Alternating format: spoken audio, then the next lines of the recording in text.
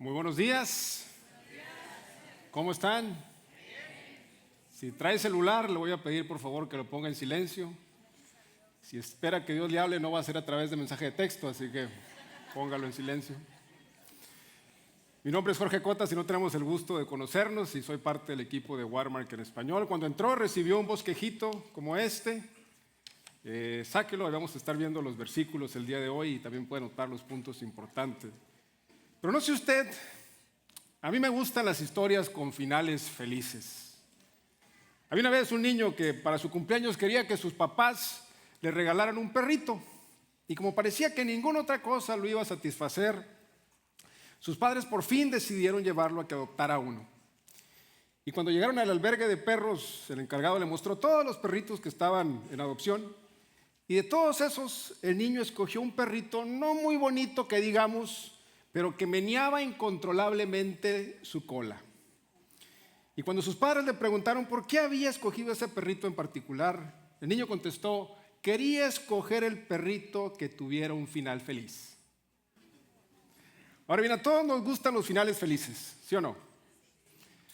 A mí me gustan las canciones con un final feliz, me gustan las historias con un final feliz, me gustan las películas con un final feliz. No me gustan las películas donde el héroe tiene que morir. Sin embargo, la realidad de las cosas es que la vida no siempre tiene un final feliz, ¿sí o no? Y la historia de Jonás, sin duda alguna, tampoco tuvo un final feliz, por lo menos no para Jonás. Así que vamos a continuar con la serie titulada Una iglesia misional. Y sabes, nuestro deseo, ser una iglesia que esté en misión con Dios. Queremos ser una iglesia que proactivamente estemos buscando a los perdidos, no solamente en nuestro entorno, sino en los lugares del mundo que nunca han escuchado el nombre de Jesús. Una iglesia llena de personas que durante la semana estemos diciendo sí al llamado de Dios y llevando el evangelio a aquellos en nuestra ciudad y el mundo entero que están lejos del Señor. Y bueno, para eso hemos estado analizando la historia de Jonás. Ahora bien, Jonás es más que una historia de un gran pez. Así que no permita que el gran pez lo distraiga del mensaje central de Jonás, porque el mensaje es bien impactante y muy práctico para nuestras vidas. Y si en verdad somos honestos, hay mucho de Jonás en cada uno de nosotros. Y la historia comienza con Jonás embarcándose en un viaje. Esta historia es una de las más conocidas en la Biblia, pero va más allá que ser tragado por un gran pez. En realidad es una historia sobre la gracia de Dios y el odio humano. Es una historia de justicia, juicio, y es una historia de segundas oportunidades. Y Dios le dice a Jonás que vaya a predicar a Nínive. Nínive estaba al este de lo que hoy es Irak. Y Jonás, en vez de obedecer a Dios, abordó un barco que iba hacia la dirección opuesta, al oeste, al sur de España. Pero no llegó muy lejos. Antes de que lo echaran al agua, Dios envió una tormenta que llevó a unos experimentados marineros, literalmente, de rodillas. De hecho, Jonás fue el único cuate en el barco que no estaba orando durante la tormenta. Y como usted ya lo sabe, Jonás fue descubierto como el responsable de la tormenta supernatural, fue echado al mar y el mar de inmediato se calmó y Jonás comenzó a nadar. Y después en el capítulo 2 dice que la oleada lo jaló hacia lo profundo del mar, de manera que Jonás literalmente está tocando fondo. Y cuando llegó a la conclusión de que se iba a ahogar, se puso a orar. Y su oración es clásica, me encanta. Jonás 2:2 dice: en mi angustia clamé a ti. Y saben, mis hermanos, la oración es muy sencillo. No necesita impresionar a Dios con sus palabras. Dios simplemente quiere escuchar lo que hay en su corazón. Así que Jonás oró y Dios le respondió. Pero no en la manera que Jonás esperaba.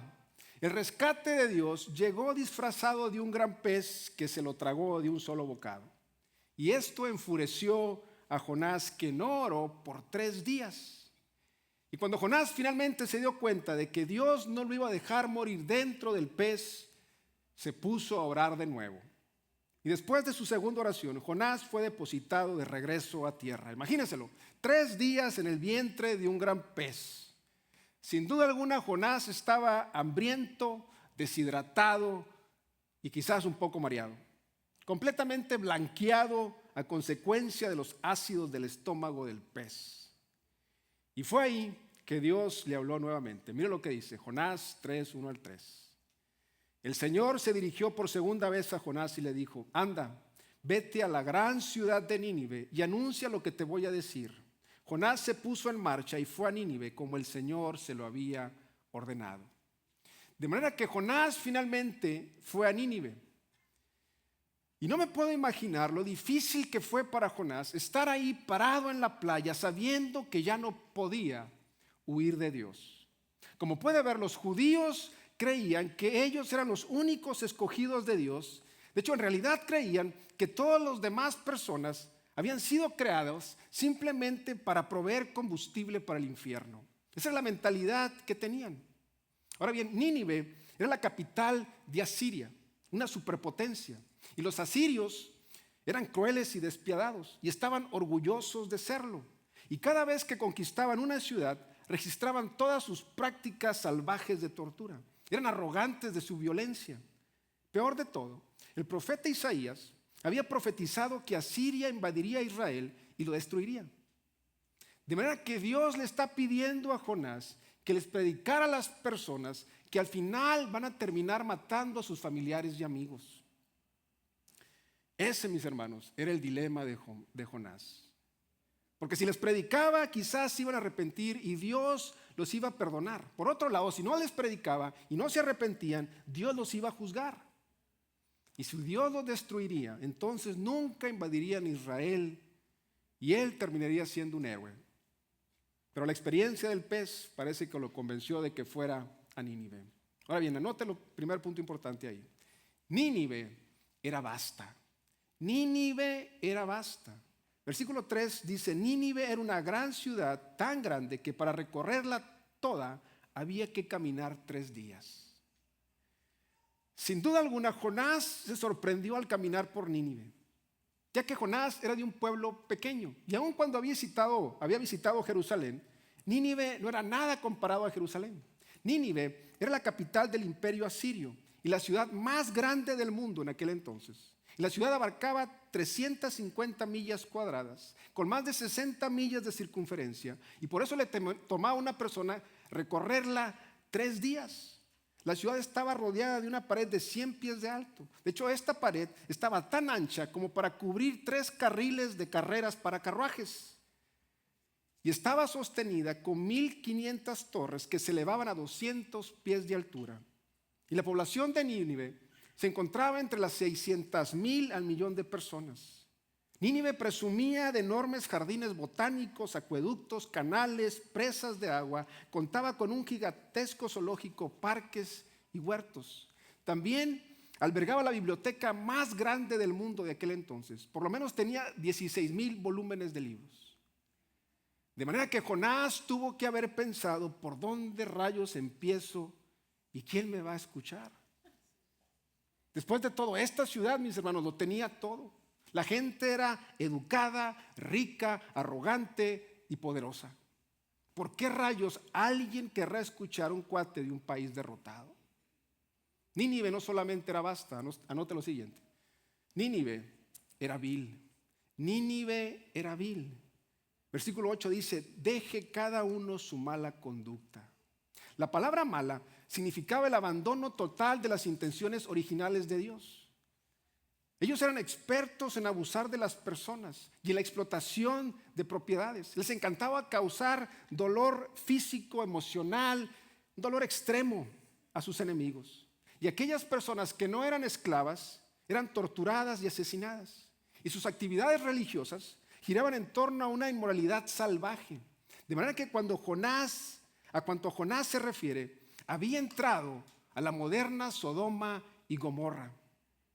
Una ciudad que no sentía la necesidad ni tampoco tenía el deseo de Dios. Un lugar donde Dios no era bienvenido. Yo le puedo asegurar que Jonás pensó que tampoco sería bienvenido en esa ciudad. Era vasta, era vil, y anote lo siguiente: era violenta. Era una ciudad violenta. Nínive era violenta. Dice: deje cada uno su mala conducta y la violencia que ha estado cometiendo hasta ahora.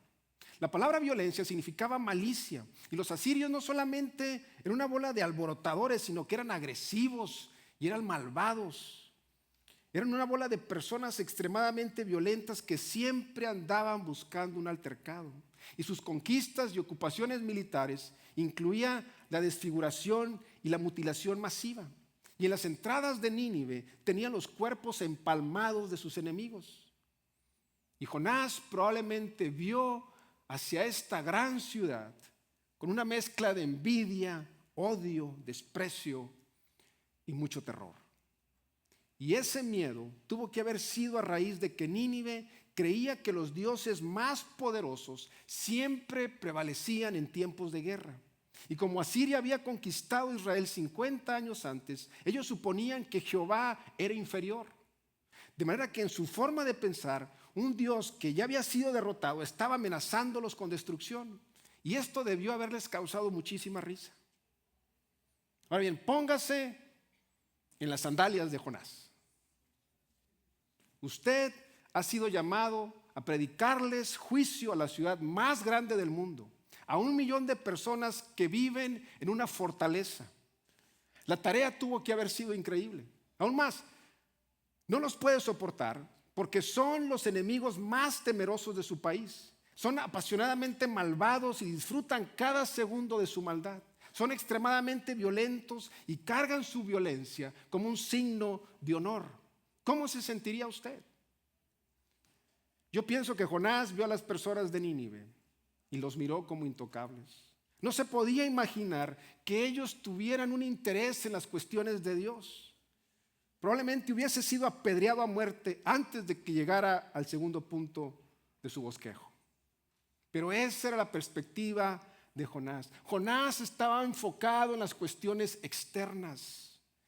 Pero Dios tenía una perspectiva diferente para Nínive. Dios estaba enfocado en las cuestiones internas, en el corazón. Mira lo que dice el versículo 4 del capítulo 3. Jonás entró en la ciudad y caminó todo un día diciendo a grandes voces: dentro de 40 días Nínive será destruida. Es interesante señalar que Jonás no comenzó a predicar de inmediato. Pero por la razón que haya sido, Jonás entró a la ciudad y caminó todo un día. Sin duda alguna pasó por miles y miles de personas que necesitaban escuchar su mensaje. Quizás estaba sorprendido, quizás no sabía ni siquiera por dónde empezar. Pero cualquiera que haya sido la situación o la razón, obviamente no miraba a las personas como Dios las estaba viendo. Anote lo siguiente: Nínive se venía condenando. Nínive se venía condenando.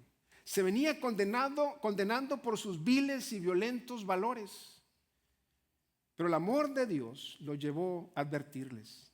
Ahora bien, el mensaje de Jonás no fue muy diplomático, que digamos. Dijo: dentro de 40 días Nínive será destruida. Pero ¿sabe lo que en realidad le preocupaba a Dios? Y aun cuando Dios ama a todas las personas y quiere que todos volteen hacia Él para el perdón y para su gracia, en este caso en particular, a Dios les preocupaba a los niños. Había 120,000 niños menores de 7 años. Eso fue lo que Dios le dijo a Jonás cuando comenzó a quejarse sobre la compasión. Mira lo que dice Jonás 4:11.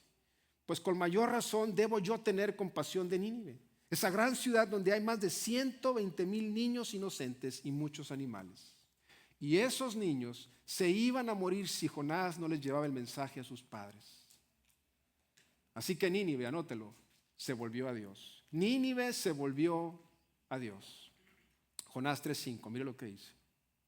Los habitantes de la ciudad, grandes y pequeños, creyeron en Dios, proclamando ayuno, y se pusieron ropas ásperas en señal de dolor.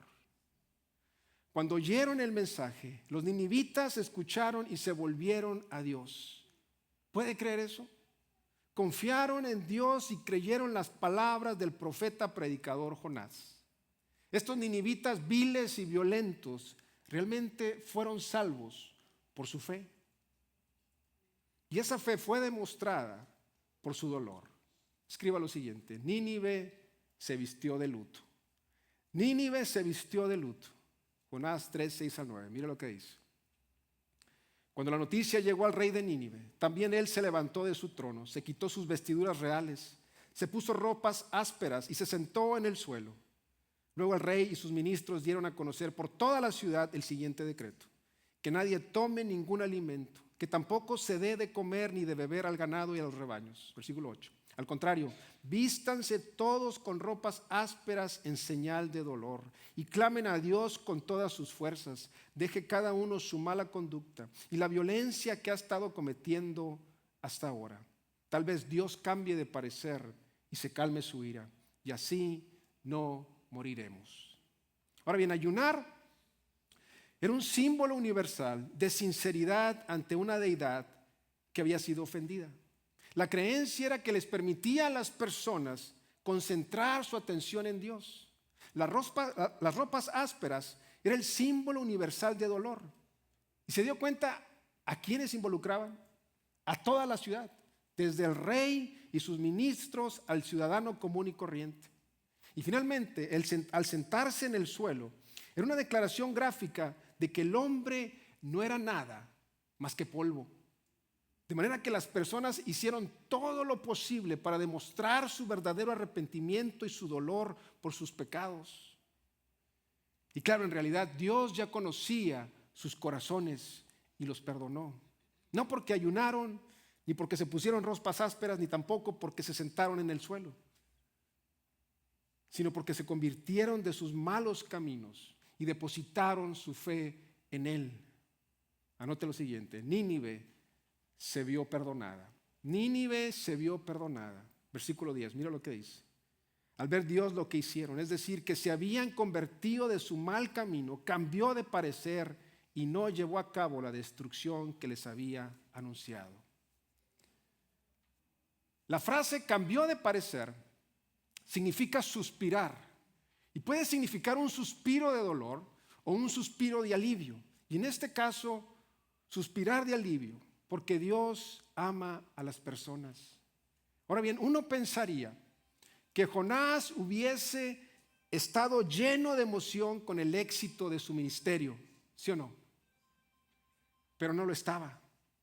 De hecho, anote lo siguiente: Jonás estaba enfurecido. Jonás se enfureció. Jonás se enfureció. Estaba enojado. Estaba enojado. Mira lo que dice Jonás 1, 4 al 2. Pero esto desagradó a Jonás en gran manera y se enojó. Lloró al Señor y dijo: Señor, ¿no era esto lo que yo decía cuando aún estaba en mi tierra? Por eso me anticipé a huir a Tarsís, porque sabía yo que tú eres un Dios clemente y compasivo, lento para la ira y rico en misericordia, y que te arrepientes del mal con que amenazas. Ahora bien, la palabra mala significaba el abandono total de las intenciones originales de Dios. Ahora piensen eso por un momento. Jonás ahora es el que ha abandonado la voluntad y las intenciones de Dios. Jonás estaba enojado, estaba hirviendo de ira. Y note lo siguiente: estaba solitario. Estaba solitario. Versículo 5 dice: Jonás salió de la ciudad y acampó al oriente de ella. Allí hizo una enramada y se sentó a su sombra, esperando a ver lo que le iba a pasar a la ciudad. De manera que una vez más, Jonás se encontraba a solas, igual que antes, momentos después de que fuera echado al mar. ¿Lo recuerda? Los marineros están adorando a Dios y Jonás tirando patadas de ahogado. Y ahora las personas de Nínive están orando y adorando a Dios, mientras que el profeta está ahí sentado a solas en la arena, enojado, solo. Y anote lo siguiente: estaba deprimido. Jonás estaba deprimido, con tendencias suicidas. Jonás se sentía que no había nada por el cual vivir. Yo creo que tenía un par de razones de por qué se sentía así Jonás. Por un lado, él sabía que no sería bienvenido en su país. Su gente era igual de prejuiciosa que él. Él sabía que si regresaba a casa y habiéndole predicado al enemigo, a los asirios, su gente sería capaz de hacerle cualquier cosa, pero sin duda alguna no hubiese sido bienvenido. De manera que Jonás literalmente pensó que su ministerio y su vida no tenían remedio. Y también creo que había algo de amargura en Jonás. Amargura hacia su gente por no haber respondido a su ministerio. Piénselo, Jonás había entregado su vida a predicarle a sus hermanos judíos con muy poco o ningún resultado.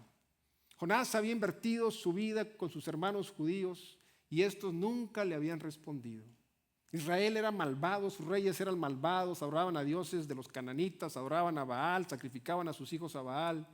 Su ministerio fue un fracaso en su país y ahora es un héroe para sus enemigos. Yo estoy seguro que Jonás resentía eso. Mira lo que dice Jonás 4:3, 8 y 9. Por eso, Señor, te ruego que me quites la vida. Más me vale morir que seguir viviendo. Cuando el sol salió, Dios dispuso que soplara un viento caliente del este. Y como el sol le daba a Jonás directamente en la cabeza, él sintió que se desmayaba y quería morirse. Más vale morir que seguir viviendo, decía. Pero Dios le contestó, ¿te parece bien enojarte así? Claro que me parece bien, respondió Jonás. Estoy que me muero de rabia. Aparentemente, Jonás todavía esperaba que el Señor destruyera la ciudad. Así que Jonás se fue al desierto, cruzó los brazos, vio a la ciudad de Nínive y le dijo a Dios, Señor, ¿qué va a hacer? ¿La ciudad o yo? Decide. Ahora bien, eso no es algo muy bueno que digamos, especialmente cuando se lo dice el creador del universo, ¿verdad? Y lo desafortunado de esta historia es que Jonás no tuvo un final feliz.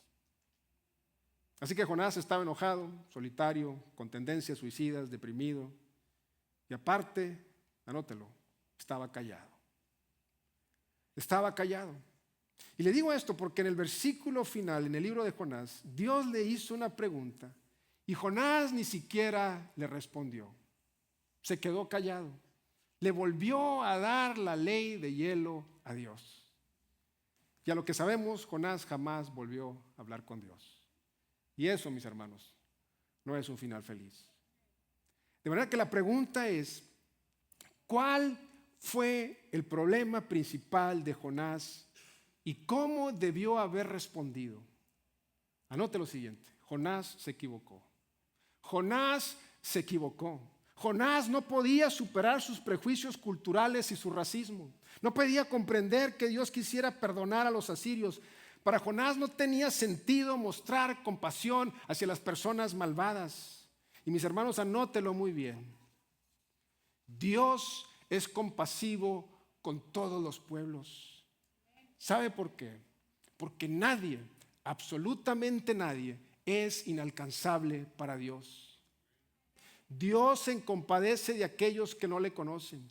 Dios se compadece de aquellos que necesitan de su gracia y su misericordia por más malvados que sean. Y nosotros debemos ver a las personas como Dios las ve. Debemos orar por las naciones que están alejadas de Él, aquellos que no han sido alcanzados por el Evangelio. Debemos orar no solo por Israel y por Ucrania, sino por Palestina, por Rusia e Irán, para que la salvación se extienda a estos pueblos. Debemos evitar las discusiones políticas. No permita que lo envenenen con la política, que si eres pro Israel o pro Palestina. ¿Sabe por qué? Porque eso solo causa más división. No caiga en eso. Apocalipsis 5:9 y 7:9 dice que los judíos y los palestinos y gente de toda raza y todo pueblo y toda lengua y toda nación, juntos vamos a adorar al Señor. ¿Sabe por qué? Porque Dios no hace acepción de personas. Oremos para que el Señor se revele tanto a los judíos como a los palestinos y que lleguen a conocer a Jesús de una manera personal. Oremos para que los creyentes en estas regiones compartan con valentía el Evangelio, para que nadie perezca sin una relación salvadora con Jesús, para que la paz del Príncipe de Paz venga en aquellos cuyos corazones están amargados, llenos de rencor y odio. Jonás se equivocó. Anote lo siguiente, Jonás debió aliviarse. Piensa en la situación de Jonás. Jonás ha entrado en la ciudad más vil y violenta del mundo. Los ninivitas normalmente hubieran sentido un gran placer en asesinar a alguien como Jonás, torturarlo y como hacían con todos sus enemigos, pero no lo hicieron.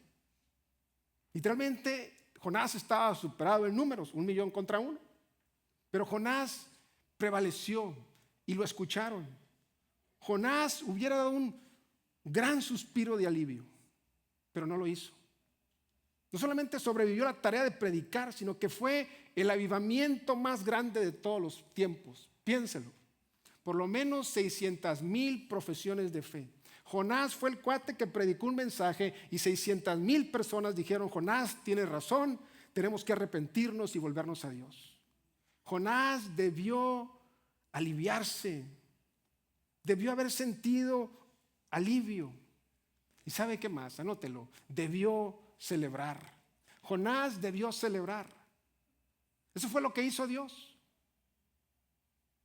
Yo le puedo asegurar que Dios no solamente suspiró de alivio, sino que también celebró. ¿Sabe por qué? Porque ese es el estilo de Dios. A Dios le encanta celebrar.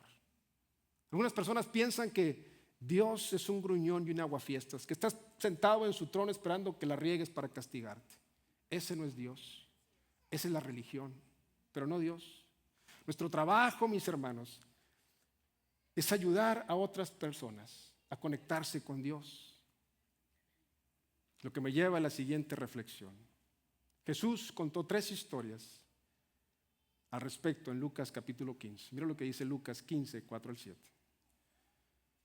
Supongamos que uno de ustedes tiene 100 ovejas y pierde una de ellas.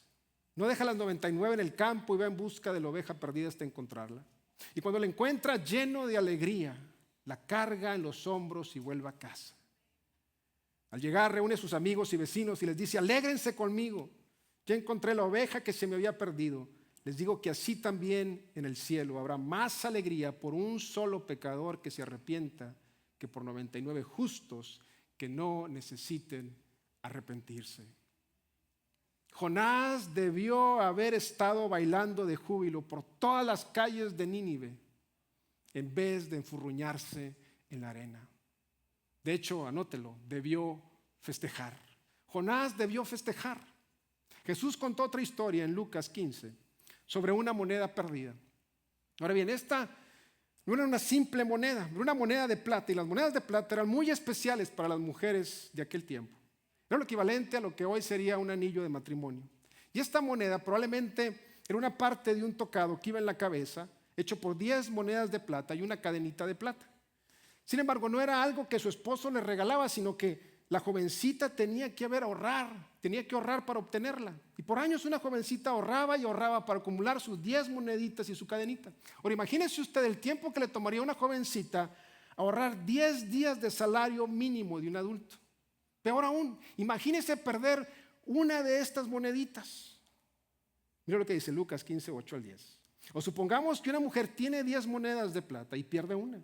No enciende una lámpara, barre la casa y busca con cuidado hasta encontrarlo. Y cuando la encuentra, reúne a sus amigas y vecinas y les dice: alégrense conmigo, ya encontré la moneda que se me había perdido. Les digo que así mismo se alegra Dios con sus ángeles por un pecador que se arrepiente.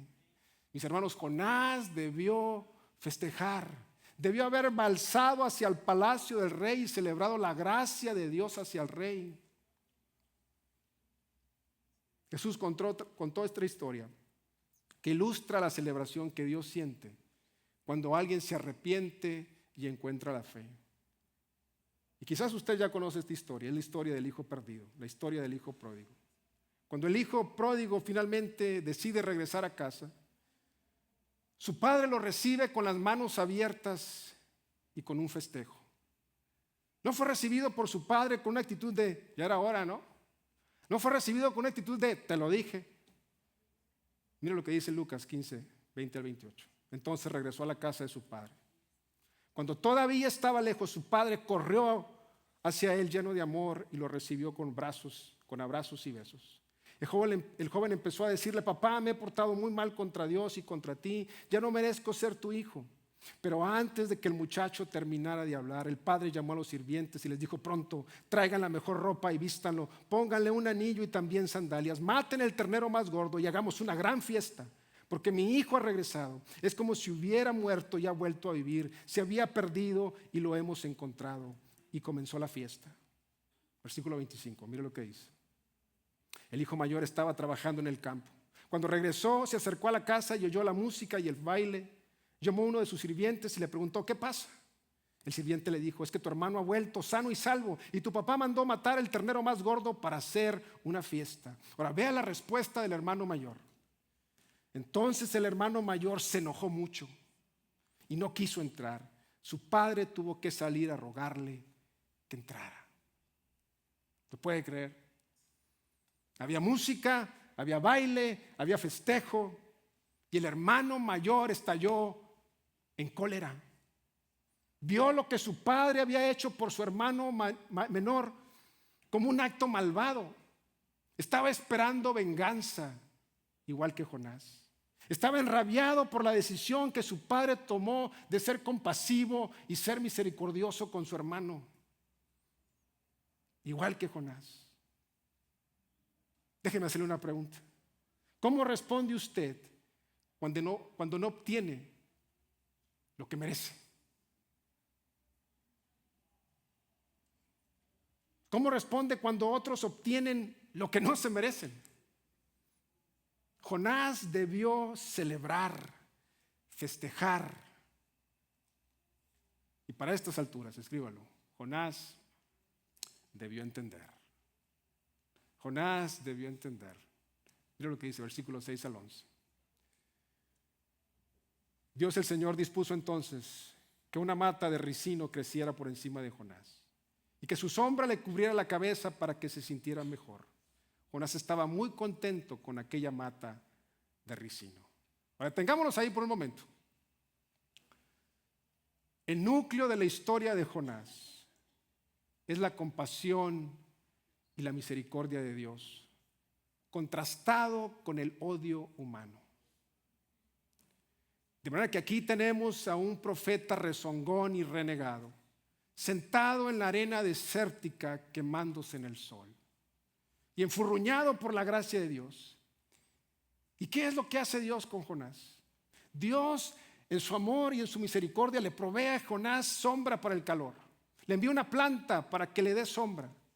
Y sabe, ese es el estilo de Dios. Constantemente está persiguiéndonos con acciones de amor, con acciones de gracia. Y Jonás ni siquiera le agradeció a Dios. ¿Sabe por qué? Porque no había espacio en su corazón. Jonás tenía el corazón avinagrado, tenía el corazón lleno de ira y coraje por la decisión que Dios tomó de ser compasivo, misericordioso y bondadoso. Como puede ver, muchas veces nuestra ira y nuestro descontento están ligados a la bondad de Dios hacia las demás personas. Anótelo bien. Cuando nos enojamos con respecto a nuestras circunstancias o las circunstancias de los demás, estamos jugando a ser Dios y estamos juzgando a Dios. Estamos cuestionando su carácter, estamos cuestionando su conocimiento y sus acciones. Comprendan ustedes, mis hermanos, que no siempre sabemos lo que Dios está haciendo. Y enojarse es la peor actitud que podemos tomar. Y Dios designa y dispone cada circunstancia en nuestras vidas. Así que Dios le envió un gusano a Jonás para llamarle la atención. Miren lo que dice el versículo 7. Pero al amanecer del día siguiente, Dios dispuso que un gusano picara al ricino y éste se secó. Cuando el sol salió, Dios dispuso que soplara un viento caliente del este, y como el sol le daba a Jonás directamente en la cabeza, él sintió que se desmayaba y quería morirse. Más vale morir que seguir viviendo, decía. Pero Dios le contestó: ¿te parece bien enojarte así porque se haya secado la mata de ricino? Ahora mire con qué arrogancia infinita le responde Jonás. Claro que me parece bien, respondió Jonás. Estoy que me muero de rabia.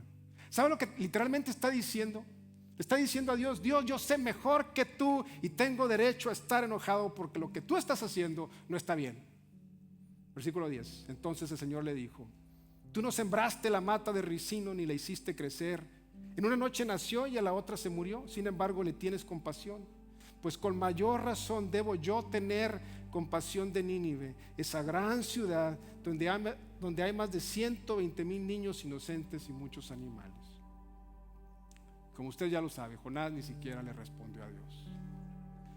Yo creo que Jonás sabía perfectamente bien la respuesta. Pero había tanto coraje y enojo en su corazón que no estaba dispuesto a admitirlo. Jonás no podía admitir que le importaba más una bendita planta que las personas. Y termino con esto. Jonás se quedó ahí sentado, en silencio. Un profeta rezongón, pudriéndose en la arena de un país lejano. Y aparentemente Jonás jamás le volvió a hablar a Dios. Y al parecer Dios lo dejó en paz. ¿Sabes por qué? Porque ese es el estilo de Dios. Dios no te va a molestar. Si necesitas tiempo y espacio, te lo va a dar. Pero así como la historia del hijo pródigo, Dios siempre está anhelando para que conectes con Él y regreses a casa. Y sabes, quizás lo más trágico de la historia es que Jonás estaba convencido de que su vida no tenía remedio y que nunca más podía regresar a casa. ¿Sabes? Quizás estás aquí hoy y sientes que la has regado muy feo. Sientes que te has desviado tanto de los caminos de Dios que nunca más podrás reconectar con Él. Si ese eres tú, hoy quiero decirte que en cuanto a Dios se refiere, siempre puedes regresar a casa. No importa lo que hayas hecho, no importa qué tan lejos te hayas desviado, no importa qué tan oscura haya llegado a ser tu vida, hoy puedes regresar a casa, porque nadie, absolutamente nadie, es inalcanzable para Dios. Y te puedo garantizar que siempre habrá una fiesta esperándote. Y Padre, inclinamos nuestro rostro el día de hoy y te damos gracias por la historia de Jonás. Gracias por preservar, Señor, esta historia. Gracias por tu amor que no se cansa, que nos sigue persiguiendo. Aun cuando nosotros tratamos de huir, tú siempre estás con los brazos abiertos para recibirnos. ¿Sabes? Si estás aquí hoy y te identificas con Jonás, quizás has estado huyendo de Dios, quizás estás enojado con Él, quizás hay odio, rencor en tu corazón y sientes que no puedes volver a Dios. Hoy es el día ideal para que te rindas, para que entregues tu corazón. Y ahí donde estás, dile quedito, dile: Señor, gracias por amarme tanto. Perdóname por todas las veces que he huido. Hoy me rindo. Te invito a mi corazón. Ayúdame a ser la persona que tú me diseñaste que fuese, en Cristo Jesús.